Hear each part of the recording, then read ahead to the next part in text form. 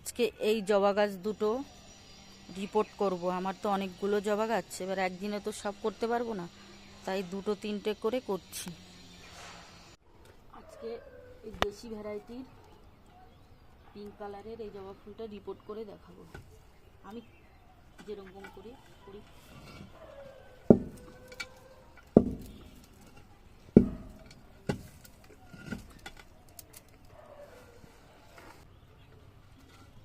বাবা কত শিকড় হয়ে গেছে, পুরো ভর্তি শিকড়।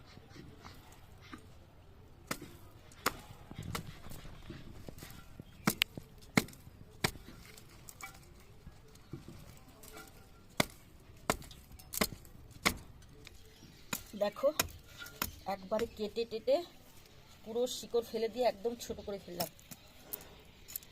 এই মাটিটাই আমি কাজে লাগাবো। এই মাটিটাকে একটা চালুনি দিয়ে চেলে নেব। দেখো চেলে নিয়েছি, এবার এতগুলো শিকড় বেরিয়েছে, এগুলো ফেলে দেবো।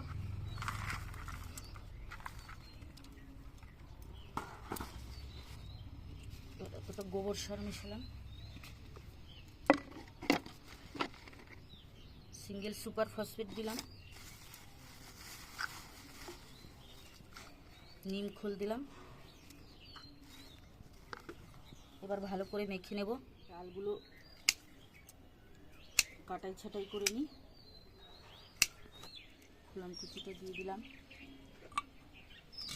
এটা দিয়ে আমার মাটি তুলতে সুবিধা হয়, এটা দিয়ে আমি মাটি তুলি।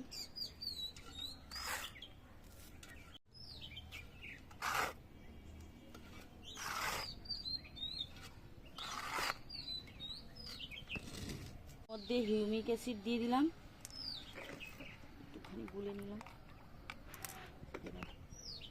জল দিয়ে দিলাম। এবার এক সপ্তাহ মতো ছায়ায় রেখে দেবো। কচি পাতা বেরোলে রোদে নিয়ে আসবো। ব্যাস কমপ্লিট।